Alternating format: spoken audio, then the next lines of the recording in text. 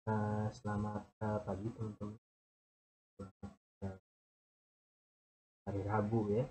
Ini hari Rabu. Baik, kita akan meneruskan apa, mata kuliah kita tentang merancang dan mengelola jasa. Jadi kemarin kita sudah belajar tentang merancang dan mengelola sebuah produk ya. Jadi ketika produk-produk ini sudah nggak bisa gitu ya didiferensiasi lagi gitu ya, udah nggak bisa lagi nih. Nah, kita bisa eh, eh, apa eh, mendiferensiasikan produk ini, tapi bukan produknya yang kita diferensiasikan, tapi kita buka lagi dengan jasanya gitu ya. Jadi kita mengelola jasa gitu ya. Jasa itu sangat penting gitu untuk eh, apa eh, untuk sebuah keberlangsungan perusahaan juga gitu ya. Salah satunya misalkan gini, ketika kita membeli barang elektronik gitu ya, eh, jikalau eh, apa si perusahaan ini tidak bisa memberikan eh, garansi gitu ya, tidak tidak ada eh, apa tidak ada service centernya gitu ya, ya pastinya kita mikir-mikir lagi gitu kan untuk membeli itu. Nah, di sini kita akan mempelajari hal itu gitu. Jika si produk ini sudah tidak bisa diferensiasikan lagi gitu ya, terus bagaimana nih perusahaan eh, untuk mengambil hati konsumen itu ya dengan servisnya yang baik gitu ya, servisnya yang baik. Oke, jadi kita masuk uh, di ini pertama.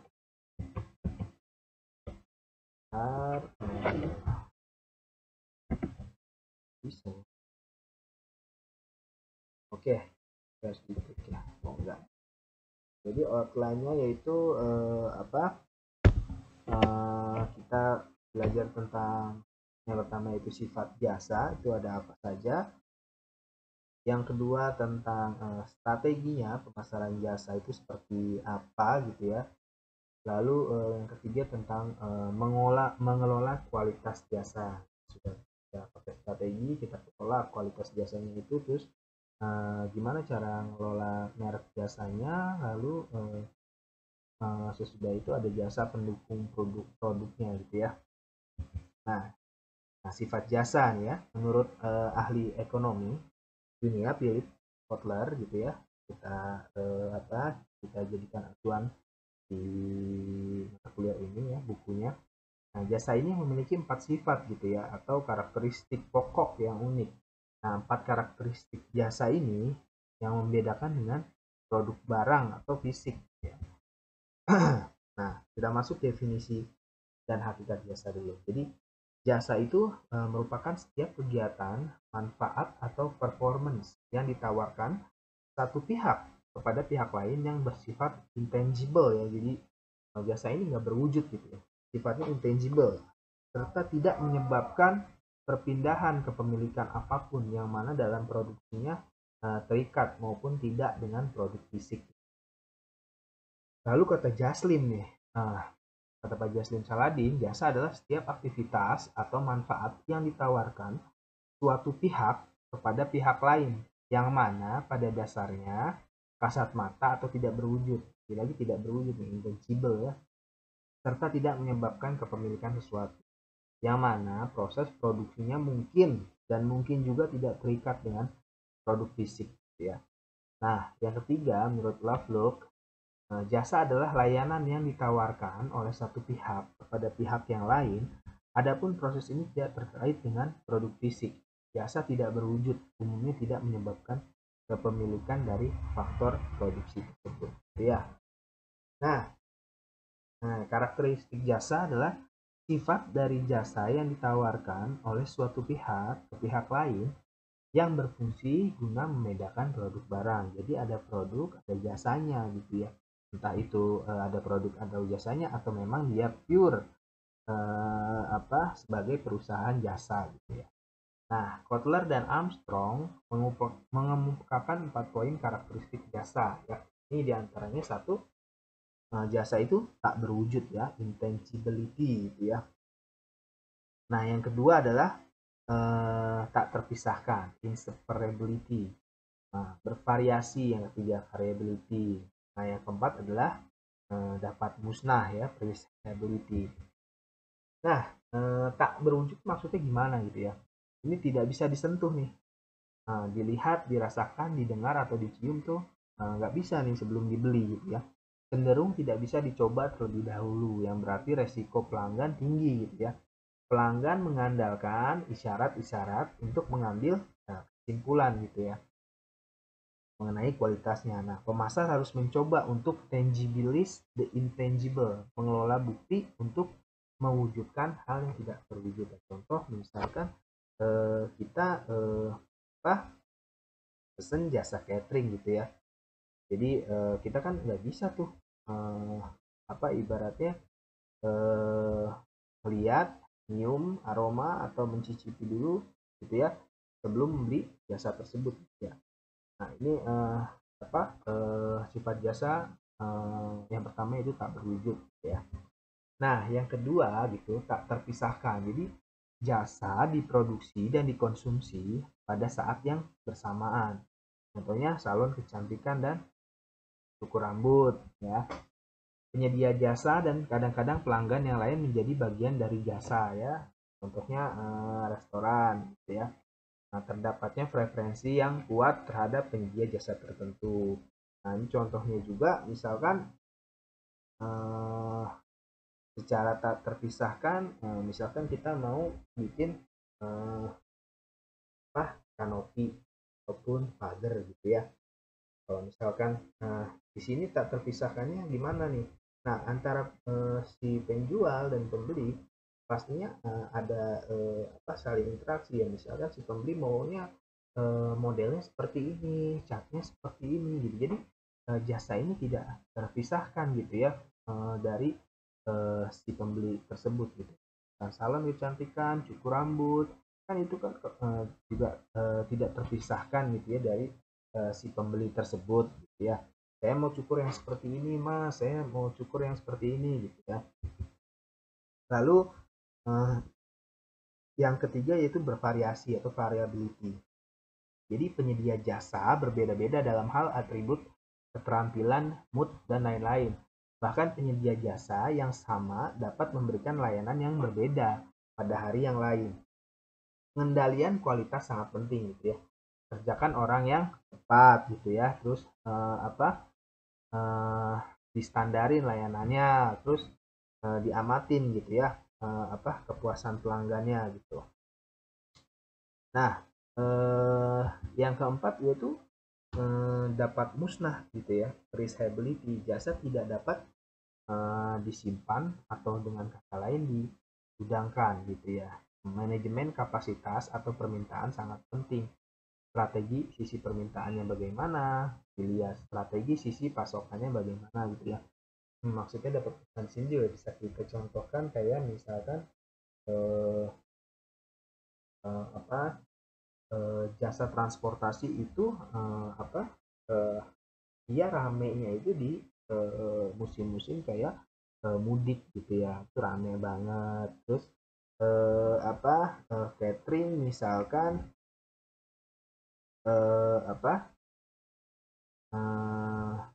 lagi naik-naiknya itu ya pas ada perayaan-perayaan gitu di bulan Ramadan misalkan, itu kan catering naik drastis gitu ya, atau bisa bisa melonjak tinggi gitu ya, harganya pun bisa tinggi gitu ya.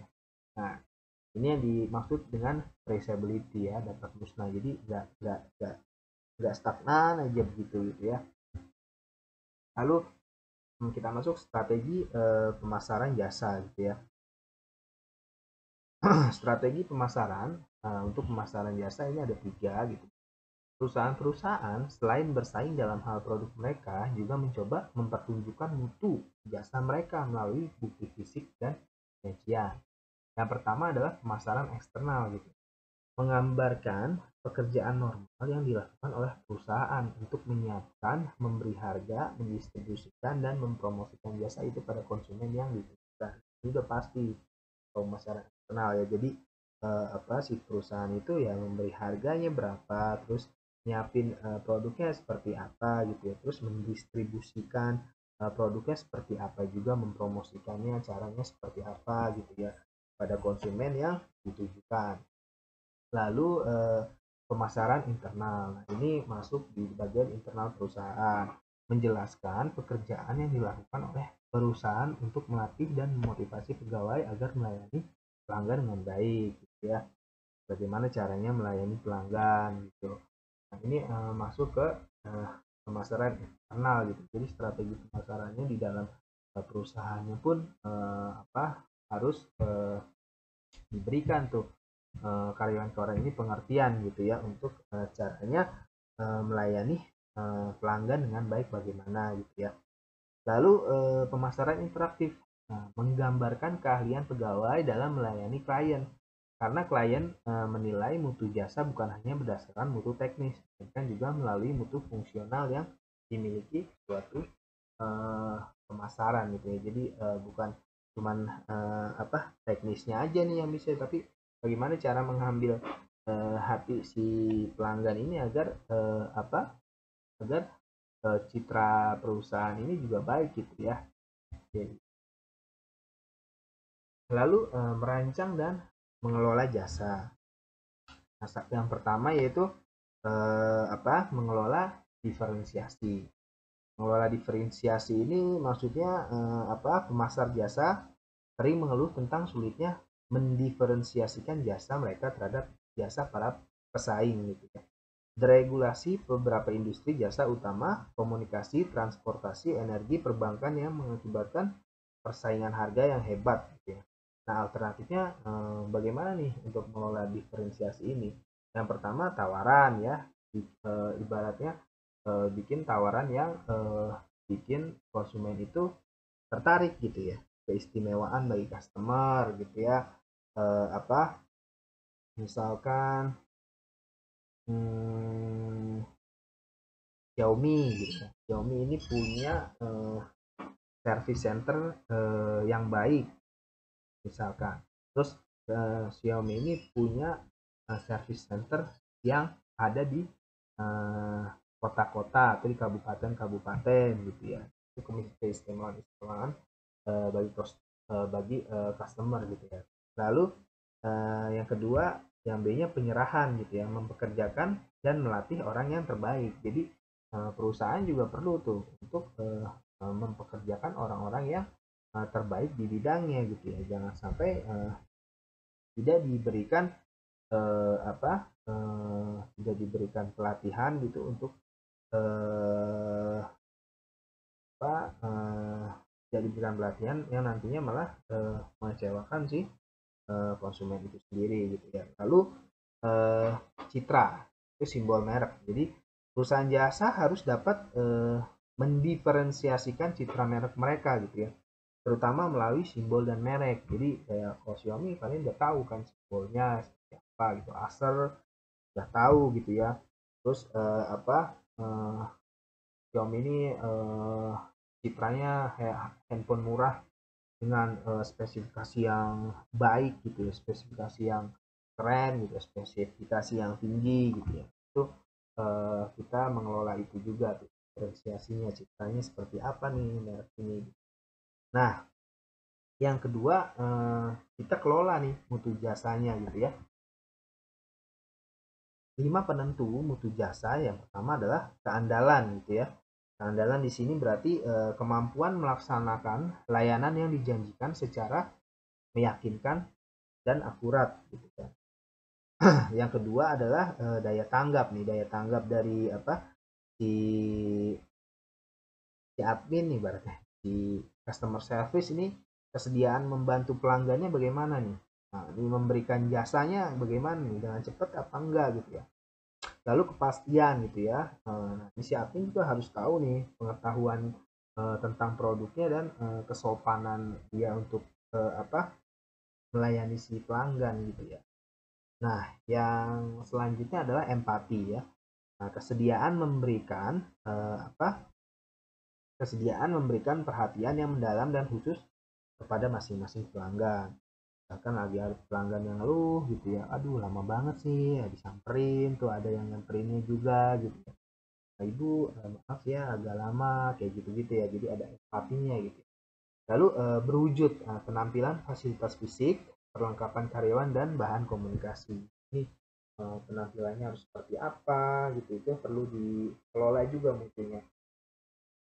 Nggak mungkin kan kalian menawarkan apa jasa pendidikan gitu dengan pakaian yang tidak senonoh kayak gitu ya, jadi perlu diatur. Nah, yang ketiga adalah mengelola produktivitas jasa. Nah, mengelola produktivitas jasa ini ada 7 pendekatan nih untuk meningkatkan produktivitas jasa. Yang pertama adalah meminta penyedia jasa untuk bekerja dengan lebih cekatan ya. Jadi si karyawan ini bisa lebih cekatan nih untuk kerjanya nih. Terus meningkatkan kuantitas jasa dengan tidak melepas mutu tertentu gitu ya. Lalu mengindustrialisasikan jasa dengan menambah peralatan dan menstandarisasi produksi. Yang keempat, mengurangi atau menghilangkan kebutuhan akan jasa dengan menemukan suatu solusi produk. Cari nih solusi produknya nih ya kan. Terus jadi dikurangi ya atau dihilangkan kebutuhan akan jasanya, tapi dicari solusinya apa gitu ya untuk produk ini gitu. Lalu merancang jasa yang lebih efektif. Selanjutnya adalah memberikan intensif kepada pelanggan untuk menggantikan usaha perusahaan dengan usaha mereka sendiri. Lalu memanfaatkan kemampuan teknologi untuk memberi akses kepada pelanggan guna mendapatkan pelayanan yang lebih baik. Nah, jadi bisa lewat internet ya untuk ada keluhan atau apa seperti itu. Lalu kita masuk ke mengelola kualitas jasa. Cara lain untuk melakukan diferensiasi gitu ya adalah secara konsisten memberikan kualitas jasa yang lebih baik daripada para pesaing. Jadi kita kelola nih kualitas jasanya nih. Kalau kita tidak bisa bersaing di produk, kita bisa bersaing di jasa. Kayak misalkan waktu itu saya contohkan produk kita biasa-biasa saja, tetapi jasa pelayanan kita ini luar biasa gitu ya. Jadi orang-orang tidak melihat produknya, tapi lebih melihat melihat jasa yang diberikan dari si perusahaan itu gitu ya. Nah, jadi ada perceived service lebih kecil dibanding expect service. Gitu. Sama yang kedua adalah perceived service lebih besar dibandingkan expect service. Ya, perceived service itu yang dirasakan konsumen gitu ya, sama yang diharapkan. Kalau misalkan yang dirasakan konsumen sama pengharapannya lebih kecil gitu ya daripada yang diharapkan, nah ini maka para pelanggan malah nggak tertarik gitu ya. Tapi kalau misalkan eh, apa manfaat yang dirasakan itu lebih besar gitu ya dari yang sedangkan bila yang terjadi gitu ya adalah sebaliknya gitu, perceived service-nya eh, apa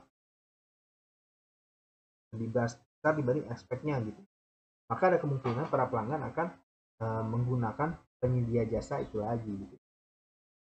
Lalu 5 gap konsumen. 5 gap konsumen yang pertama, gap antara harapan konsumen dan persepsinya si manajemen gitu ya. Jadi ibaratnya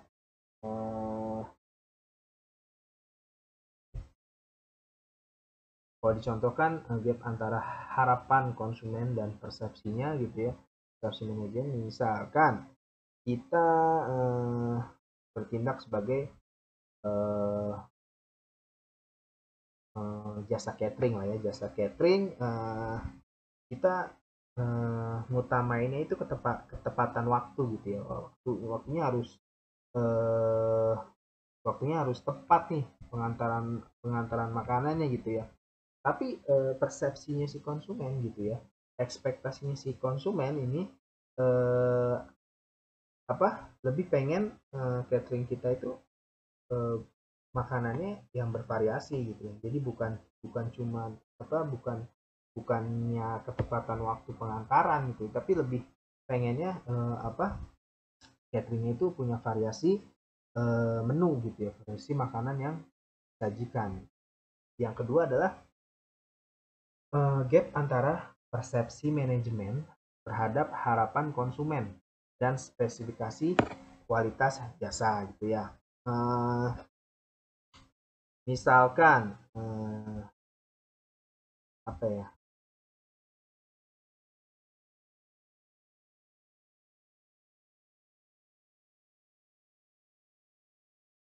Misalkan gini apa?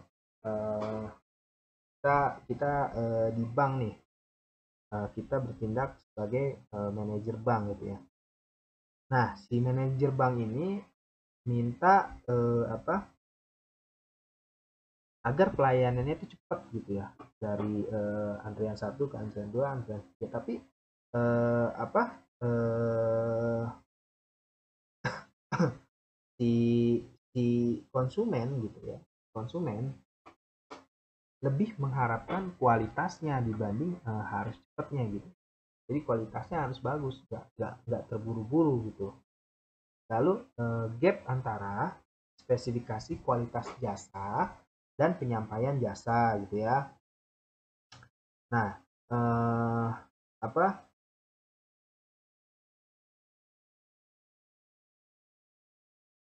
gap antara spesifikasi kualitas jasa dan penyampaian jasa? Contohnya apa ya? Gap antara spesifikasi kualitas jasa dan penyampaian jasa. Kualitas jasa. Jadi taruhlah di rumah sakit gitu ya. Di rumah sakit. Nah, eh, perawat-perawat ini disuruh manajernya untuk meluangkan waktu untuk mendengar keluhan sama masalah pasiennya gitu ya, apa gitu. Nah, tetapi di satu sisi gitu ya, di satu sisi si pasiennya ini pengennya cepet gitu. Jadi ada gap di antara kedua itu ya. Jadi kayak kebalikan yang tadi gitu ya. Si manajer yang mau cepat, tapi si si ininya, si konsumennya maunya yang berkualitas gitu. Ya, antara spesifikasi kualitas jasa dan penyampaian jasa ya kebalikannya kayak gitu ya. Lalu gap antara penyampaian jasa dan komunikasi eksternal gitu ya. Misalkan eh, misalkan kita menjanjikan gitu ya, menjanjikan kalau kita punya eh, jasa les yang terbaik gitu ya, teruji gitu ya, teruji profesional gitu ya. Tetapi hasilnya ekspektasi persepsi si konsumennya apa ternyata biasa-biasa aja gitu, tidak sesuai janji. Itu apa gap konsumen di antara penyampaian jasa dan komunikasi eksternal gitu ya. Lalu gap yang terakhir adalah gap antara jasa yang dirasakan dan jasa yang diharapkan gitu ya. Misalkan apa si misalkan dokter deh, dokter ini punya pasien. Nah, pasiennya ini punya penyakit yang serius gitu ya. Maksud si dokter ini gitu ya, tiap hari tuh si dokter ini ngunjungin pasien aja gitu ya, tiap hari nih perhatian nih sama pasiennya. Si dokter ini niatnya niatnya bagus gitu ya. Cuman ya di persepsinya si si si konsumennya nggak kayak gitu gitu. Jadi si konsumennya malah aduh kenapa ya nih penyakit saya gitu ya. Jadi malah makin takut gitu ya. Karena tiap hari si dokter ini berkunjung ke tempatnya kayak gitu. Lalu mengelola merek jasa ya, mengelola merek jasa. Gimana cara mengelola merek jasa? Yang pertama mendiferensiasikan jasa. Jadi penawaran bisa mencakup fitur-fitur inovatif. Apa yang diharapkan pelanggan disebut paket jasa primer. Penyedia jasa dapat mendapatkan fitur jasa sekunder dalam paket gitu ya. Jadi bisa di side-side gitu ya, ada jasa primer, ada jasa sekunder, ada jasa yang wah gitu ya, ada jasa yang lux gitu ya, misalkan di hotel gitu ada yang paket lux, ada yang paket biasa. Lalu mengembangkan strategi merek untuk jasa gitu ya, memilih elemen mereknya kayak gimana gitu ya, terus menetapkan dimensi citranya seperti apa, lalu merencanakan strategi perencanaan mereknya seperti apa. Nah, selanjutnya adalah mengelola jasa pendukung produk. Gimana nih? Mengelola jasa pendukung produk. Industri berbasis produk seringkali harus menyediakan sejumlah jasa untuk mendukung produknya. Jadi yang tadi pertama kali saya bilang, misalkan ada Xiaomi, dia punya banyak macam elektronik gitu ya. Nah, jasa pendukung produknya apa gitu. Nah, dia dia dia membuat macam-macam macam-macam service center gitu di berbagai kabupaten ataupun kota di tempat yang konsumennya banyak. Nah, produsen komputer, mesin kantor, traktor, dan lainnya dapat menjadikan jasa sebagai diferensiasi kunci gitu ya. Kemudahan pemesanan, pengiriman, instalasi, pelatihan, pelanggaran, pemeliharaan, dan perbaikan. Di zaman sekarang ya udah pasti gitu ya. Kayaknya kalau tanpa tanpa kita cuma dijejali sebuah produk gitu, kayaknya kita juga nggak mau banget gitu ya. Kecuali kita disodorkan dengan jasa yang eh, apa terbaik juga gitu ya, pelayanannya yang baik juga gitu. Jadi eh, kitanya juga puas gitu ya. Nah, eh, ketika merancang program layanan pendukung, kita nih harus mempertimbangkan perhatian kunci nih dari para pelanggan ya. Jadi biasanya pelanggan mau gimana gitu ya. Yang dikhawatirin pelanggan biasanya keandalan dan frekuensi kegagalan. Misalkan kita laptopnya rusak, kita servis di service center, malah rusak gitu ya. Terus kadang kita khawatir gitu ya, aduh hari Senin sampai Jumat bukan kerja nih. Kalau misalkan izin dulu, berapa lama kira-kira perbaikannya gitu ya. Nah, terus yang perlu diperhatikan lagi sama kita adalah sebagai pemasar ya, biaya yang harus dikeluarkan ya, biayanya bagaimana nih, apakah terjangkau atau tidak gitu. Itu kita pikirin juga. Lalu, penawaran jasa pendukung produk dapat meliputi satu, memfasilitasi jasa, instalasi, pelatihan staf, pemeliharaan dan perbaikan serta pembiayaan. Misalkan beli AC gitu ya. Nah, instalasinya jadi include gitu ya. Beli AC baikin 5 juta. Nah, udah termasuk instalasi nih gitu. Lalu yang kedua adalah menambahkan jasa yang menambah nilai, peningkatan keamanan dan kenyamanan gitu ya. Beli laptop Acer, oh dalamnya sudah ada McAfee antivirus nih gitu ya. Lalu memberikan kontrak jasa, jaminan dan garansi yang diperluas, pemeliharaan gratis dan jasa perbaikan gratis untuk waktu tertentu. Kan banyak juga gitu ya dilakukan sama perusahaan-perusahaan seperti Acer, Xiaomi dan lain-lainnya gitu ya. Bahkan UMKM pun garansi produk dibalikan kembali jika warnanya tidak sesuai gitu misalkan. Kebesaran itu juga kan dilakukan oleh mereka gitu ya. Nah, ini strategi dalam mengelola jasa gitu ya. Nah, mungkin itu saja yang bisa saya sampaikan. Jika ada pertanyaan bisa nanti kita diskusikan di grup kelas. Terima kasih banyak untuk pertemuan kali ini. Salam sehat, salam berbahagia selalu. Terima kasih.